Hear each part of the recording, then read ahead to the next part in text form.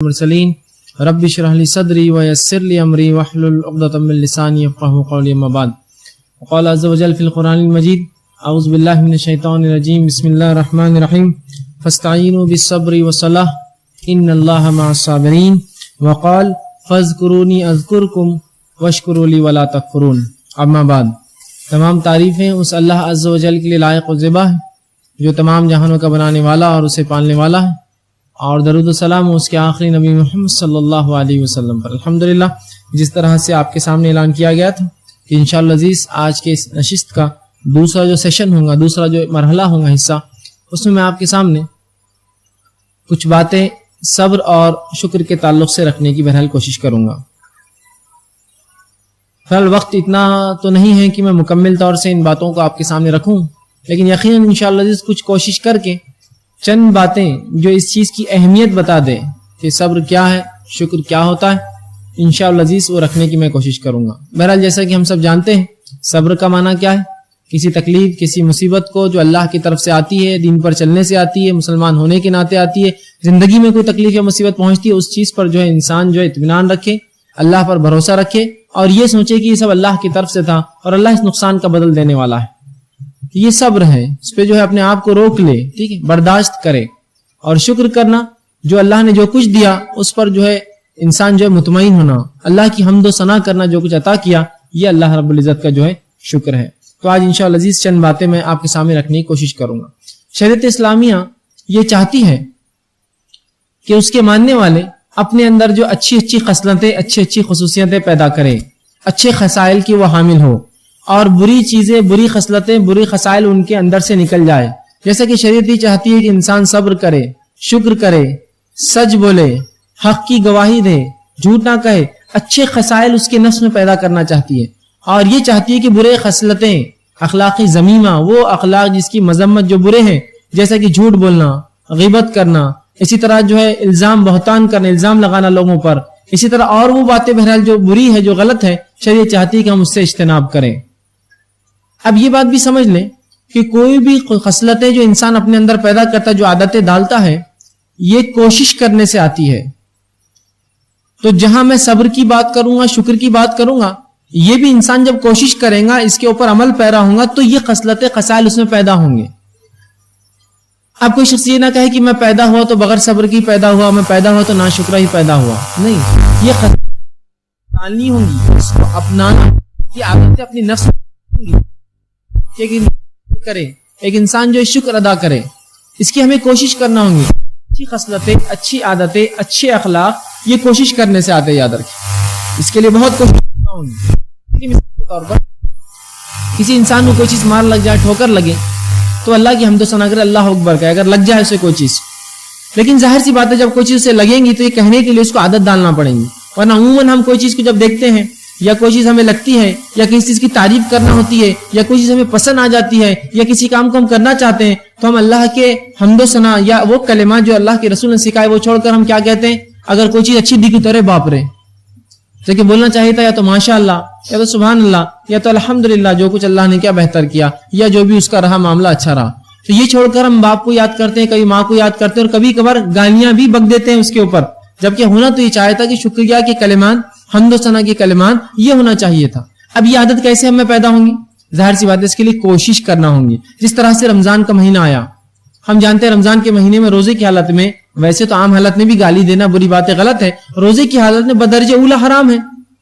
تو ہم کیسا اجتناب کرتے ہیں؟ لیکن اب شروعات کے 1-2 دن تو گزر جاتے ہی ایسے کہ انسان جس کو گالی دینے کی عادت ہے، اور وہ اسی لہجے میں اپنے دھن میں جو گالی بک دیتا ہے، پھر وہ اپنے آپ کو کنٹرول کرتا ہے، پھر روکتا ہے، پھر روکتا ہے، پھر روکتا ہے، اور ایسے پھر اس کو الحمدللہ 1 مہینہ عادت ہوتی ہے. اسی عادت کو پھر وہ جاری رکھے پورا سال اور پھر پوری زندگی. تو کوشش کرنے سے عادتیں، اچھی خصلتیں انسانی نفس میں پیدا ہوتی. یہ بات میں اس لیے رکھ رہا ہوں کہ ہم نے جو کچھ باتیں پچھلی دیکھی، زبان کی ہلاکتیں ابھی آپ نے دیکھی، صبر اور شکر کا معاملہ آ جا رہا، امر بالمعروف نہی عن المنکر کی بات آپ کے سامنے کہی گئی، تو یہ سب خصائل، یہ خصلتیں کوشش کرنے سے آئیں گی.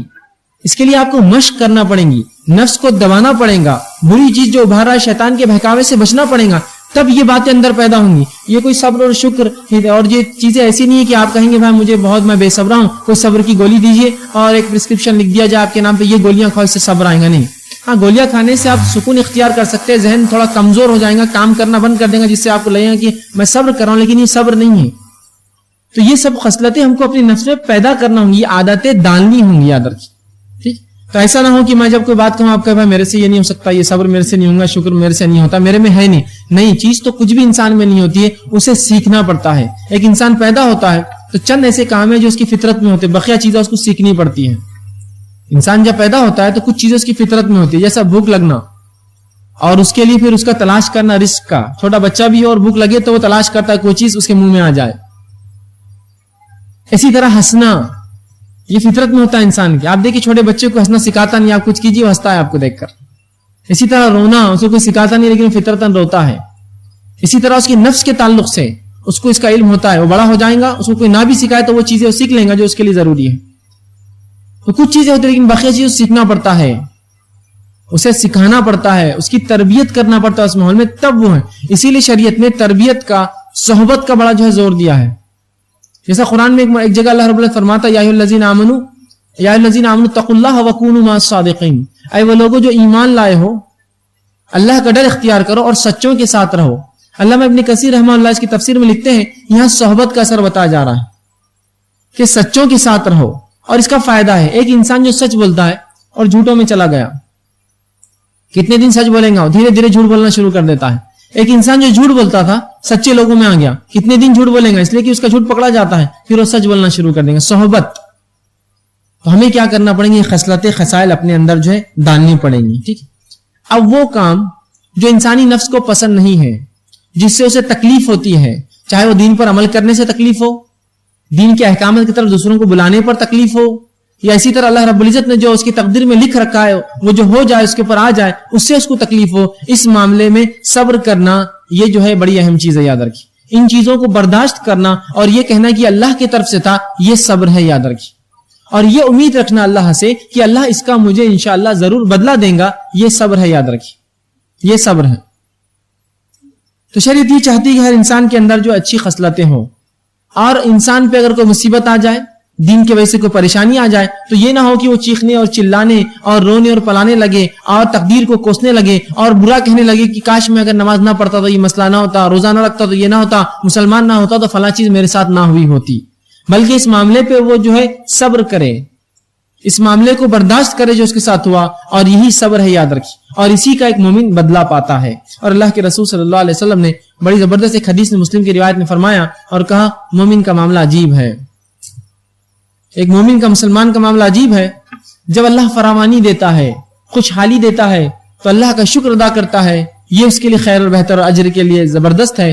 اور اگر اس کو اللہ تنگ دستی دیتا ہے, مشکلات اور مصائب مصیبت میں ڈالتا ہے, تو وہ اس پہ صبر کرتا ہے, اور یہ اس کے لیے بہتر ہے. یہ معاملہ سوائے مومن کے اور کسی کے ساتھ نہیں. تو مومن کے لیے دونوں ہی حالات جو ہے اچھے ہیں. جہاں تکلیف آئے تو صبر کرے, جہاں اللہ نعمت دے تو شکر ادا کرے. اور یاد رکھیے, جب ایک انسان کسی تکلیف پر صبر کرتا ہے تو وہ خود بخود ایک طرح سے اللہ کا شکر ادا کر رہا ہے, وہاں بھی اس کی حمد و ثنا بیان کر رہا ہے کہ جو کچھ میرے رب تو نے میرے لیے طے کیا وہ گزر گیا, اور میں اس پر جو ہے اس کو قبول کرنے کے لیے تیار ہوں, مجھے صبر عطا کر. اور جو اس کے لیے جو ہے وہ یہ امید رکھے کہ اللہ رب العزت اس کے بدلے اسے زبردست بہترین اجر دیں گا. اب آئیے چند باتیں جو ہے صبر کے تعلق سے قرآن حدیث میں جو آتی ہے آپ کے سامنے رکھنے کی کوشش کرتا ہوں.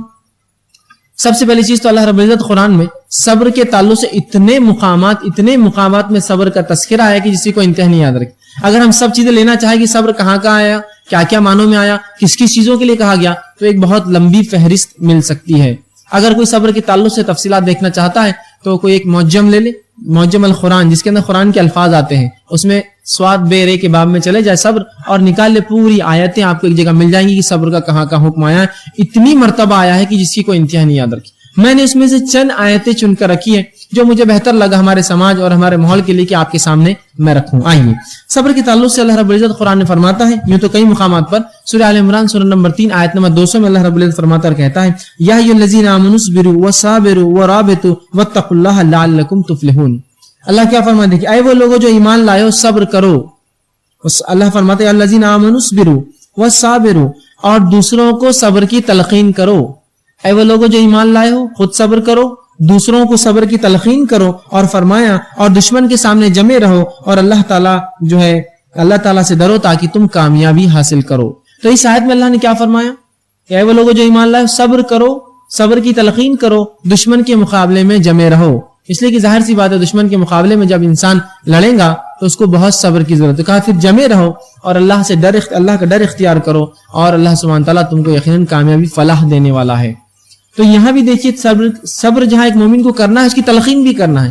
یہی بات سورہ عصر میں بیان کی گئی ہے، وَتَوَاصَوْا بِالْحَقِّ وَتَوَاصَوْا بِالصَّبْرِ، صبر کی تلقین نصیحت اور وصیت کرے، حق کی تلقین نصیحت اور وصیت کرے، اور صبر کی تلقین نصیحت اور وصیت کرے۔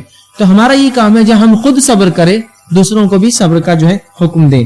اسی طرح سورہ بقرہ سورہ نمبر 2 آیت میں 153 میں اللہ نے فرمایا، جو آیت میں نے خطبے میں آپ کے سامنے تلاوت کی، وَاسْتَعِینُوا بِالصَّبْرِ وَالصَّلَاةِ إِنَّ اللَّهَ مَعَ الصَّابِرِينَ، کہ صبر اور نماز کے ذریعے اللہ سے مانگو، بے شک اللہ ان اللہ مع الصابرین، اللہ صبر کرنے والوں کے ساتھ ہے۔ مطلب اللہ سے مانگنے کا دیکھیے طریقہ بتایا جا رہا ہے صبر اور نماز کے ذریعے۔ مطلب ایک انسان پہ اگر کوئی مصیبت، کوئی تکلیف، کوئی پریشانی آتی ہے تو وہ صبر کرے اور نماز کے ذریعے اللہ سے مانگے، جیسا کہ اللہ کے رسول صلی اللہ علیہ وسلم کے تعلق سے آتا، کوئی آندھی، کوئی طوفان، کوئی مشکل، کوئی مصیبت آتی تو آپ صلی اللہ علیہ وسلم فوراً مسجد کی طرف دوڑتے، صبر کرتے اور مسجد کی طرف دوڑتے۔ مطلب آپ بے صبرا پن نہیں کرتے، چیختے اور چلاتے نہیں، پریشان نہیں، بلکہ مسجد کی طرف دوڑتے اور نماز پڑھتے۔ تو پتہ چلا صبر کے تعلق سے اور نماز، تو صبر اور نماز کے ذریعے ہم کو مانگنا ہے، یاد رکھیے یہ طریقہ ہم بھول گئے ہیں۔ آج ہمارا معاملہ کیا ہے کہ اگر کوئی مصیبت ہم پر آتی ہے تو سب سے پہلے لوگوں کے سامنے بھاگتے اور ہاتھ پھیلاتے ہیں، لوگوں سے مدد کے لیے چلاتے، جبکہ ہونا یہ چاہیے کہ ہم صبر کریں اور اللہ سے اس کے تعلق سے ہم دعائیں کریں۔ اسی طرح اللہ رب العزت صبر کے تعلق سے فرماتا ہے سورہ نحل سورہ نمبر 16 اس کی آیت نمبر 127 میں فرماتا ہے وَاصْبِرُوا وَمَا أَصَابَكَ إِلَّا بِاللَّهِ، اور صبر کرو اور اللہ کی توفیق سے ہی تجھے صبر مل سکتا ہے۔ مطلب صبر کر، محمد صلی اللہ علیہ وسلم حکم آ رہا ہے نبی صبر کرو اور اللہ کی توفیق سے ہی ہمیں صبر مل سکتا ہے۔ مطلب صبر دینے والی ذات کون ہے؟ کون ایک مسلمان کو صبر دے گا؟ کیسے ایک مسلمان صبر حاصل کرے گا؟ وہ بھی اللہ سے دیتا ہے، اور اللہ کسے دیتا ہے؟ جو اس کے راستے میں کوشش کرتا ہے۔ آپ بولیں گے نہیں اللہ صبر دیتا ہے بس میں کچھ نہیں، کوشش کرنی ہوگی صبر کے لیے تو انشاءاللہ اللہ ہمیں صبر بھی دے گا۔ تو یہ اللہ کے رسول فرمایا گیا اور صبر کرو اور اللہ کی توفیق سے ہی تجھے صبر مل سکتا ہے۔ اے نبی آپ صبر کیجئے اور اللہ کی توفیق سے آپ کو صبر مل سکتا ہے۔ تو ہمارا یہ کام ہے کہ ہر مصیبت پر، ہر مشکل پر، ہر پریشانی پر جو ہماری طرف آئے، چاہے وہ اپنے گھر میں کسی کی بیماری ہو، کسی کی موت ہو، کوئی نقصان ہو، کسی چیز کا گمنا ہو، کسی چیز کا اسی طرح نقصان ہو جانا ہو، تمام چیزوں پر چاہے صحت ہو، چاہے مال ہو، کوئی بھی چیز ہو، ہم اس پر صبر کرے، اور اللہ ہی ہے جو انسانوں کو صبر دیتا ہے۔ اسی طرح سورہ لقمان میں لقمان علیہ السلام جو اپنے بیٹے کو نصیحت کرتے ہیں، آیت نمبر 17 میں اللہ نے فرمایا سورہ 31 آیت 17 میں وَاصْبِرُوا عَلَىٰ مَا أَصَابَكَ، اے میرے بیٹے صبر کرنا جو مصیبتیں تیری طرف آتی ہے۔ کیا نصیحت کرتے اپنے بیٹے کو؟ اے میرے بیٹے صبر کرنا ان چیزوں پر جو مصیبتیں تیری طرف آتی ہیں، اور فرمایا اِنَّ ذَلِكَ مِنْ عَزْمِ الْأُمُورِ، اور یقیناً یہ پختہ کردار میں سے ہے۔ صبر کرنا یہ پختہ کردار والے لوگوں کی علامت ہے، یہ پختہ کردار سے ہے۔ تو وہ اپنے بیٹے کو نصیحت کرے اور کہتے ہیں میرے بیٹے صبر کرنا۔ آج ہم دیکھتے ہیں آج کے ہمارے سماج میں ہم میں سے کوئی شخص صبر کے لیے تیار نہیں ہے، کوئی شخص صبر کرنا چاہتا نہیں ہے۔ وہ جس کو کہتے بے صبرا یا نا صبرا ہو چکا ہے، اس کو صبر نہیں کرتا ہے، ہر چیز میں جلد بازی کرنا چاہتا ہے۔ کوئی مصیبت کوئی تکلیف آ جائے تو بس کوسنے اور کاٹنے بیٹھ جاتا ہے، برا اور بھلا کہنے لگ جاتا ہے، یہ نہیں کہ وہ صبر کرے۔ مثال کے طور پر ایک واقعہ یوں ہوا کہ ایک صاحب کے پاس چوری ہو گئی، ظاہر سی بات یہ نقصان تھا، اس پر صبر کرنا چاہیے تھا۔ جب چوری ہو گئی تو صبر کرنا دور، یا یہ پڑھے کہ اِنَّ لِلَّهِ وَإِنَّا إِلَيْهِ رَاجِعُونَ کہ اللہ نے یہ تمام دیا تھا اور لے لیا۔ انہوں نے کہا کہ ہمارے پڑوسی اتنے امیر ہیں، ان کے پاس کیوں نہیں ڈاکہ پڑتا، ہمارے پاس لوگوں نے چوری کر لی۔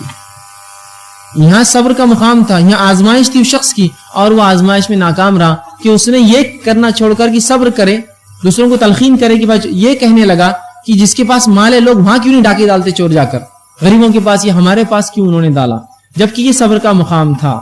یہاں وہ صبر کرتا اور اپنے گھر والوں کو صبر کی تلقین کرتا، اور جبکہ وہ چوری بہت بڑی نہیں تھی، میں سمجھتا بمشکل 500 روپے چوری ہوئے تھے، اس پر انہوں نے دوسروں کے اوپر لعنت کر دی کہ ان کے گھروں میں کیوں نہیں ڈاکے پڑتے، ان کے پاس مال ہے، ہمارے گھر میں چور آ کے لے جاتے ہیں چیزیں۔ تو یہ صبر کا معاملہ تھا۔ کسی کی صحت چلے گئی، کسی کو کوئی نعمت مل گئی، تو یہاں بھی انسان بے صبرا ہوتا ہے، اسے کیسا ملا مجھے کیوں نہیں ملا، کاش کی نعمت اس سے چھن جائے، یا کم از کم مجھے مل جائے یا اس سے بھی چھن جائے۔ تو صبر کرنا چاہیے. یاد رکھیے صبر بڑی اہم چیز ہے, یاد رکھیے. اسی طرح اللہ رب العزت صبر کے تعلق سے فرماتا ہے وبشر الصابرین, کہ صبر کرنے والوں کو بشارت دے دو, صبر کرنے والوں کو خوشخبریاں دے دو. الذین اذا اصابتهم مصیبۃ قالوا انا للہ وانا الیہ راجعون, کہ جب بھی ان پر کوئی مصیبت آتی ہے, کوئی پریشانی آتی ہے, کوئی آزمائش آتی ہے, تو کہتے ہیں ہم اللہ کی طرف سے آئے ہیں اور اللہ کی طرف لوٹ کر جانا ہے. اولئک علیہم صلوات من ربہم ورحمہ واولئک هم المہتدون, یہی لوگ ہیں جن کے اوپر اللہ کی رحمت ہے اور اللہ کا فضل ہوگا. صلوات من ربہم ورحمہ واولئک هم المفلحون, اور یہی لوگ اولئک هم المہتدون, اور یہی لوگ جو ہدایت یافتہ ہیں. تو اس آیت میں دیکھیے کیا فرمایا, فبشر الصابرین, صبر کرنے والوں کو خوشخبری دے دو. کس چیز کی خوشخبری؟ الذین اذا اصابتهم مصیبۃ قالوا, کہ جب کوئی مصیبت آتی ہے, پریشانی آتی ہے, تو کیا کہتے ہیں انا للہ وانا الیہ راجعون. تو یہاں صبر کرنے والوں کو خوشخبری دی گئی اور ان کی ایک صفت بتائی گئی, وہ کیا ہے؟ جب بھی کوئی نقصان ہوتا ہے کیا کہتے ہیں انا للہ وانا الیہ راجعون. کیا واقعی میں ایسا ہوا کہ کوئی نقصان ہوا اور ہم نے یہ کہا انا للہ وانا الیہ راجعون؟ یہ ہر چیز کے گمنے پر, کسی چیز کے کھونے پر, کسی چیز کے نقصان پر, کسی کے میت یا موت پر, آپ کسی بھی نقصان پر اس چیز کو پڑھ سکتے ہیں. ہم نے اس کو بھی خاص کر دیا, جیسے سبحان اللہ, اللہ پاک ہے, اس کو بھی خاص کر دیا. کہاں بولتے ہیں ہم سبحان اللہ؟ اگر کوئی شخص کسی مجلس میں کہہ دے سبحان اللہ تو دوسرا اس کو بولتا ہے کون سا شعر بولا میں نے آپ کو, کہ کیوں بول رہے سبحان اللہ, جبکہ اللہ پاک اس کی تعریف ہے. یہ کوئی کہہ دے الحمدللہ تو لوگ بولتے ہیں ابھی کھانا تھوڑی کھائے تم, الحمدللہ کیوں بول دے رہے پہلے سے, اس کو مخصوص کر دیا استاد. کوئی کہے کہ ماشاء اللہ, جو اللہ نے چاہا, یہ ہمارے سے کہاں ہوتا ہے بولنا, جیسا اللہ نے چاہا ویسا ہوا. انشاءاللہ میں کروں گا, یہ بھی ہم سے نہیں ہوتا, کر دوں گا, ہو جائیں گا, پکا وعدہ ہے. تو اللہ کے اذکار کو بھی ہم نے خاص کر دیا. تو انا للہ و انا الیہ راجعون, اگر کسی کو کہا جائے کہ ان کی صحت خراب ہو گئی اور کوئی کہے انا للہ و انا الیہ راجعون, تو بولے مرا تھوڑی ابھی, وہ واپس لو اپنے کلمات کو, مرنے کے بعد پڑھنا چاہیے. نہیں, یہ ہر نقصان, ہر مصیبت, کسی چیز کے گمنے پہ بھی آپ پڑھ سکتے. چابی گم گئی, فلاں ہو گیا, انا للہ و انا الیہ راجعون, کہ اللہ کے پاس سے اللہ کے پاس جانا تھا. کسی کی صحت چلے گئی, یہ پڑھ سکتے. کسی کا کوئی جانی نقصان ہوا, کسی کو مالی نقصان ہوا, انا للہ و انا الیہ راجعون. کوئی چیز کھو گئی جو تھی, کوئی نعمت تھی چلے گئی, اس پر بھی آپ پڑھ سکتے ہیں انا للہ و انا الیہ راجعون. تو ہر وہ مومن, اس کی خصوصیت کیا ہے؟ جب مصیبت اور تکلیف آتی ہے تو کیا کہتے ہیں انا للہ. یہ نہیں کہا جب کوئی مرتا ہے تو روشنی تھی چلے گی بجلی, انا للہ و انا الیہ راجعون, دیکھو چلے گی, نقصان, ایک نعمت تھی چلے گی ہم سے. ہر چیز پر جب مصیبت آتی ہے تو کہتے ہیں انا للہ و انا الیہ راجعون, ہم اللہ کی طرف سے آتے ہیں, اللہ کی طرف جانا ہے. اس کے تعلق سے ایک حدیث آتی ہے جس میں آپ صلی اللہ علیہ وسلم فرمایا, جو شخص کسی چیز کی نقصان کی خبر سنے, کسی کی موت کی نقصان کی خبر سنے اور یہ پڑھ دے انا للہ و انا الیہ راجعون, تو اللہ رب العزت, اور اس کے بعد یہ کہے اللہ اس نقصان کا مجھے بہترین بدلہ دے, تو اللہ اس سے اچھی چیز اس کو لوٹا کر دیتا ہے, اس سے بہتر دیتا ہے اس کو نقصان کا بدلہ. سبحان اللہ, دیکھیے کتنا فائدہ ہے اس ذکر کا. مصیبت آئی, پریشانی آئی, پڑھ دیا آپ نے اور کہا اللہ اس نقصان کا مجھے بہترین بدلہ دے, اللہ اس سے اچھی چیز اس کو دیتا ہے. اور یہ بات بہرحال میں نے ایک میرے مشاہدے میں بھی آئی. یہ ہوا کہ جب اسکول میں تھا تو ایک شخص تھے جو اس زمانے میں جو ہے سائیکل پر آیا کرتے, جبکہ سائیکل بہت مہنگی چیز تھی, عام لوگ نہیں آتے تھے اس پر, ٹھیک. تو سائیکل پر آتے تھے تو تھوڑا ظاہر سی بات ہے فطری طور سے ایک کلیگ ہونے, ایک ساتھ رہنے سے ایک جلن ہو جاتی ہے انسان, اور وہ سائیکل دیتے بھی نہیں تھے جلدی ہم کو. تو ہم یہ سوچتے تھے کاش کی سائیکل کھپ جائے, خراب ہو جائے, گم جائے, برباد ہو جائے, ان سے ہلاک ہو جائے. ہوا یوں ایک دن کی واقعی ان کی سائیکل چوری ہو گئی. ہمیں بڑی خوشی ہوئی, تالیاں دی ایک دوسرے کو, بہت اچھا ہوا, سائیکل چوری ہو گئی. لیکن بہرحال وہ شخص جو تھا وہ جانتا تھا یہ چیز, اس نے فوراً یہ کہا انا للہ و انا الیہ راجعون, اللہ اس نقصان کو مجھے بہترین بدلہ دے. جب تو ہم کو سمجھ میں نہیں آیا اس نے کیا پڑھا اور کیوں پڑھا, ہم کو لگا کوئی مرا تھوڑی, اور ہم نے کہا اتنا بڑا بھی تھوڑا نقصان ہوا آپ کا کہ آپ نے سیدھا انا للہ و انا الیہ راجعون پڑھ لیا, وہ تو کوئی مرا تھوڑی, وہ سائیکل گئی. اور یوں ہوا کہ 8-15 دن بعد ان کے والد نے ان کو ایک بہترین نئی لونا دلا دی, جبکہ ہم ان کے سائیکل سے چلا کرتے تھے. بہترین بدلہ دیا اللہ نے اس کو اس کے بدل میں. آئیے ایک واقعہ اللہ کے رسول کے زمانے کا ہی سن لے. ام سلمہ رضی اللہ عنہا فرماتی ہے کہ جب میرے شوہر ابو سلمہ کا انتقال ہوا تو میں نے یہ بات یاد رکھی تھی جو رسول اللہ نے فرمائی تھی, اور میں نے جب میرے شوہر کا انتقال ہوا تو کہا انا للہ و انا الیہ راجعون, اے اللہ یہ نقصان کا مجھے اس سے اچھا بدلہ دے. وہ کہتی ہے کہ میری عدت جو ہی گزری, اللہ کے رسول صلی اللہ علیہ وسلم نے مجھے پیغام بھیجا اور پھر میں نے اسے قبول کیا اور میرا نکاح اللہ کے رسول صلی اللہ علیہ وسلم کے ساتھ ہوا. اب بتائیے اب اس سے بہتر شوہر کیا کسی کو دنیا میں مل سکتا تھا؟ اس دعا کا بدلہ, اس چیز کا بدلہ, اس سنت پر عمل کا بدلہ, اس مصیبت پر انا للہ و انا الیہ راجعون کہنے کا بدلہ, یہ ملا کہ رسول اللہ کا نکاح ان سے ہو گیا. اور پھر انہوں نے ایک مرتبہ یوں ہی جب ایک دل میں ان کے خیال آیا, جو واقعہ بہرحال میں نے پہلے بھی رکھا تھا, ایک دن بیٹھی تھی اور خیال آیا کہ میرے تو پہلا بھی ایک شوہر تھا. تو رسول اللہ سے پوچھے اللہ کے رسول اگر ایک بیوی ہو جس کے 2 شوہر ہو, مطلب ایک کا انتقال ہو گیا پھر دوسرے سے نکاح کیا, اب دونوں ہی نیک تھے, دونوں جنت میں جائیں گے, تو بیوی کس کے ساتھ رہیں گے؟ چونکہ دل میں خیال تھا کہ ابو سلمہ بھی نیک تھے, ایمان پر موت ہوئی, میں اللہ کے رسول کے نکاح میں ہوں, جنت میں کس کے ساتھ رہوں گی میں؟ تو کہا کہ کس کے ساتھ رہیں گی بیوی؟ دونوں جنت میں. تو رسول اللہ نے کہا جس کے اخلاق اچھے ہوں گے اس کے ساتھ وہ شخص وہ جو خاتون رہیں گی. تو کہا کیا اخلاق؟ تو کہا اخلاق والوں کو, اچھے اخلاق والوں کو دنیا اور آخرت کی تمام خیر حاصل ہے, تمام اچھائیاں ان لوگوں کو حاصل ہے جن کے اخلاق اچھے ہیں. تو دیکھا آپ نے انا للہ و انا الیہ راجعون پڑھنے کا بدلہ صبر کرنا. ظاہر سی بات ہے جس کو صبر ہوگا وہ کرے گا. جو بے صبر ہوگا بولے گا کر دیے کیا, گما دیے کیا, یہ کر دیے کیا, نقصان ہو گیا کیا, میں تو مر گیا, میں تو لٹ گیا, برباد ہو گیا, میرے پاس تو اتنا ہی تھا. لیکن جو ایمان والے ہیں جب مصیبت کی خبر آئی, مصیبت دیکھی, مصیبت پہنچی, کہہ دیا انا للہ و انا الیہ راجعون, ہم اللہ کی طرف سے آئے تھے, اللہ کی طرف جانا ہے. تو ہر مصیبت پر یاد رکھیے یہ بات کہ تو یہاں مومنوں کی صفت الذین اذا فبشر الصابرین, صبر کرنے والوں کو خوشخبریاں دو. الذین اذا اصابتهم مصیبت, اور جب بھی ان پر کوئی مصیبت آتی ہے تو کہتے ہیں قالوا انا للہ و انا الیہ راجعون, کہ ہم اللہ کے پاس سے اللہ کے پاس جانا ہے. اولئک علیہم صلوات, انہی لوگوں پہ اللہ کی رحمت ہے اور ان کا فضل ہے. واولئک هم المهتدون, اور یہی لوگ اپنے رب کی طرف سے ہدایت یافتہ, ہدایت پر ہے.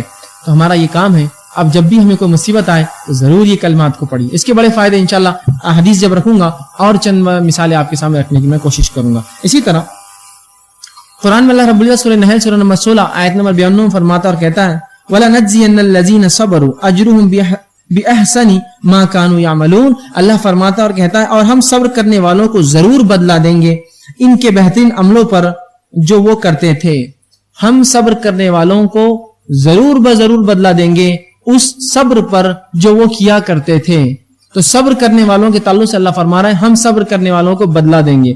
اور کیوں نہ ہو, جب انسان اللہ کے لیے صبر کرے, جب انسان دین کے لیے, اس کی شریعت کے لیے صبر کرے, اور یہ سوچیں کہ اللہ کی طرف کی بات تھی, اللہ نے یہ مصیبت دی تھی, یہ تکلیف اللہ کی طرف سے تھی, اور اللہ جو ہے اس کو انشاءاللہ ہٹائیں گا مجھ سے, اور صبر کرے تو اس کا جو تو اللہ فرماتا ہے اور جو لوگ صبر, اور ہم صبر کرنے والوں کو صبر کا بدلہ دیں گے ان کے بہترین عملوں پر جو وہ کرتے تھے, جو عمل یہ کرتے تھے, اللہ اس صبر کا ہمیں جو ہے بدلہ دیں گا. اسی طرح اللہ فرماتا ہے سورہ سجدہ سورہ نمبر 32 آیت نمبر 24 میں کہتا ہے وَجَعَلْنَا مِنْهُمْ أَئِمَّةً يَهْدُونَ بِأَمْرِنَا لَمَّا صَبَرُوا وَكَانُوا بِآيَاتِنَا يُوقِنُونَ.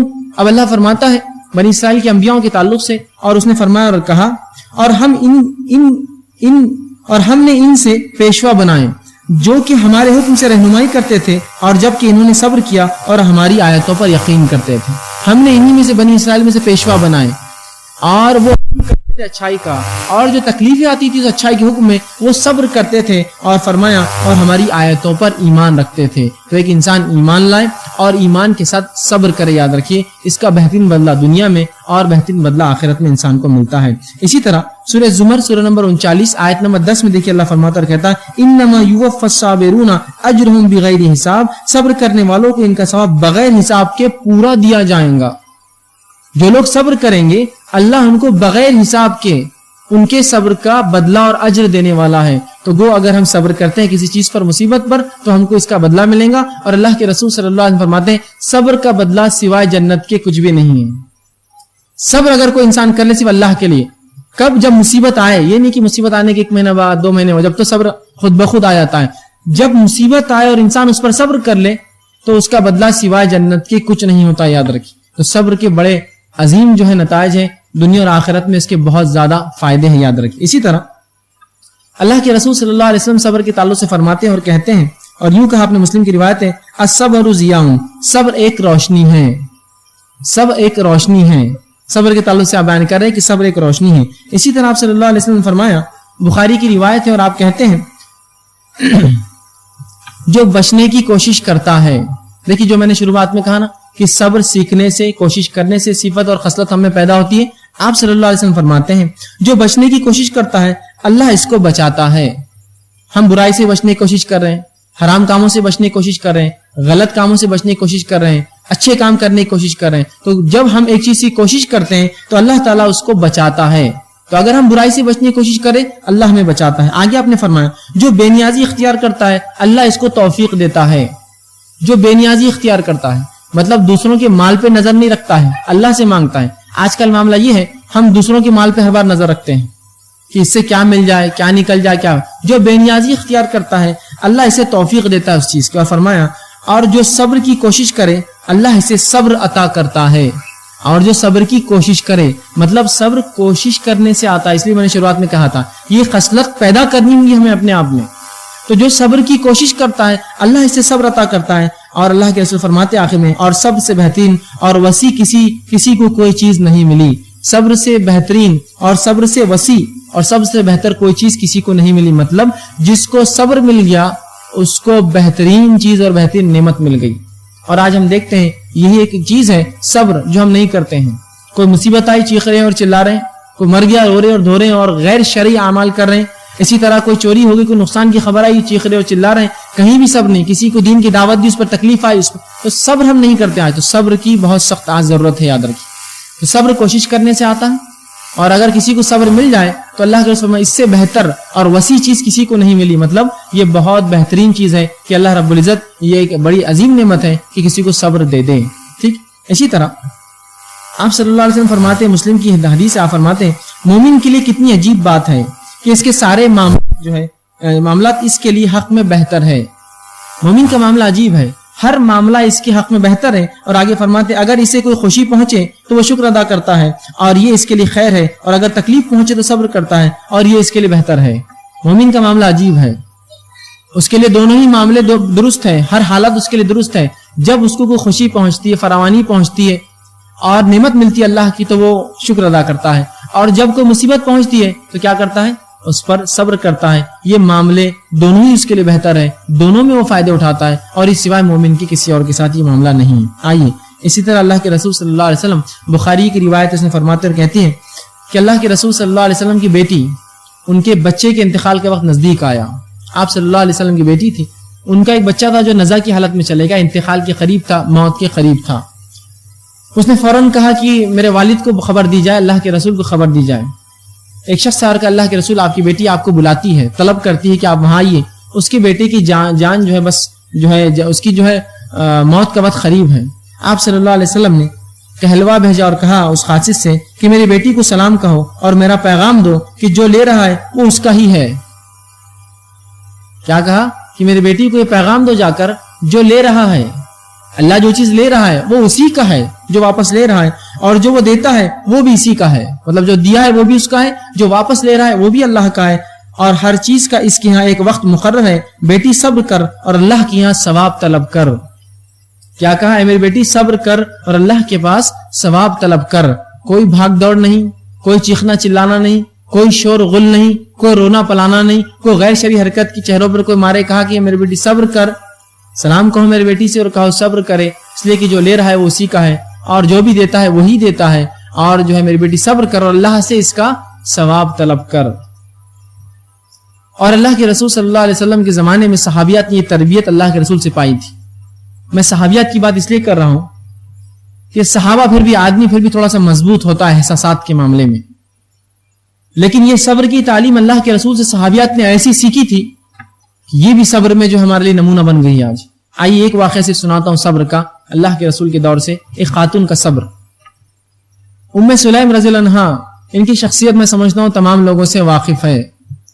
یہ کوئی ایسی خاتون نہیں جس کے تعلق سے آپ نے کبھی نام نہ سنا ہو. ام سلیم رضی اللہ عنہا، ان کے بیٹے انس بن مالک تھے، مشہور صحابی آپ سب جانتے ہیں. ام سلیم رضی اللہ عنہا کا معاملہ یہ ہوا کہ ان کا نکاح ابو طلحہ سے ہوا اور ان سے ایک اولاد پیدا ہوئی. اور ابو طلحہ جب سفر پر تھے تو ہوا یوں کہ اس اولاد کا انتقال ہو گیا. جب اولاد کا انتقال ہوا تو ابو طلحہ گھر آئے اس رات، تو بیوی نے یہ سوچا کہ اپنے شوہر کو آتے ہی میں یہ غمناک خبر کیسے دوں کہ بیٹے کا انتقال، بیٹا فوت کر چکا ہے، مر چکا ہے. تو اس خبر کو دبا دیا. وہ بھی ایک عورت تھی، اس کے سینے میں بھی ایک دل تھا جس طرح سے ہمارے سینے میں ایک دل ہوتا ہے. اس کے احساسات بھی وہی احساسات ہیں جو میرے اور آپ کے احساسات ہیں. اس کی بھی ممتا، اس کی محبت بھی اپنی اولاد سے وہی تھی جو ہماری اور آپ کی محبت ہوتی ہے. لیکن صبر دیکھیے اس خاتون کا. اسے پتا تھا چیخنے چلانے سے ابو طلحہ اور پریشان ہوں گے، سفر اور وہ مسافر اس کے بعد اس کی اور جو ہے پریشانی بڑھ جائیں گی. خاموشی اختیار کر لی. ابو طلحہ گھر آئے، انہوں نے جو ہے اپنے آپ کو جو ہے فارغ کیا، تیار ہوئے. اس کے بعد آپ نے کھانا لایا، انہوں نے کھانا کھایا اس کے بعد جو ہے ان سے ہم بستری کی، اور یہ واقعہ اللہ کے رسول کو چونکہ انہوں نے صبح سنایا، تفصیلات اور آتی ہے، بہرحال وقت نہیں ہے. اس کے بعد ہم بستری کی. اس کے بعد جو ہے اس بیوی نے کہا کہ میں تم سے ایک سوال کرتی ہوں. تو کہا پوچھو. کہا اگر کوئی چیز تمہیں کوئی دے تو تم کیسے لوٹاؤں گے؟ تو کہا جیسی دی ویسی لوٹاؤں گا یا اس سے اچھا کر کے لوٹاؤں گا. مطلب جیسی دی تھی اس حالت میں یا اس سے اچھی. تو کہا اللہ نے ہمیں ایک اولاد دی تھی وہ اس نے ہم سے لے لی. اللہ نے ہمیں ایک اولاد دی تھی وہ ہم سے لے لی. تو بڑے پریشان ابو طلحہ اور کہا تم نے مجھے کیوں نہیں بتایا؟ اتنی دیر تک تم نے مجھے غفلت میں رکھا، چھپائے رکھا. اس کے بعد آپ نے جو ہے جنازے کی نماز پڑھی اور ان کو تدفین کی. صبح آپ جو ہے آپ صلی اللہ علیہ وسلم کے پاس ابو طلحہ پہنچے اور پورا واقعہ بیان کیا کہ اللہ کے رسول میں کل رات آیا، میری بیوی نے مجھے یہ بات نہیں بتائی اور بچے کا انتقال ہوا، میں اس کے ساتھ رہا، کھایا پیا، ہم بستری کی. اللہ کے رسول نے دعا کی اور کہا تم نے صبر کیا، اللہ تمہیں بہترین اولاد دے. پوچھا رہا کیا تم نے ہم بستری کہا؟ تو کہا اللہ انشاءاللہ تم کو اس سے بہترین اولاد دے گا. اور اس کے بعد ان کو عبداللہ پیدا ہوئے جو انس بن مالک کے بھائی تھے. تو اللہ نے دیکھی صبر کے بدلے ان کو پھر ایک دوسرا لڑکا عطا کر دیا. تو صبر بڑی عظیم چیز ہے، یاد رکھیے. اس کے بڑے فائدے دنیا میں ہیں اور بڑے فائدے آخرت میں ہیں، یاد رکھیے.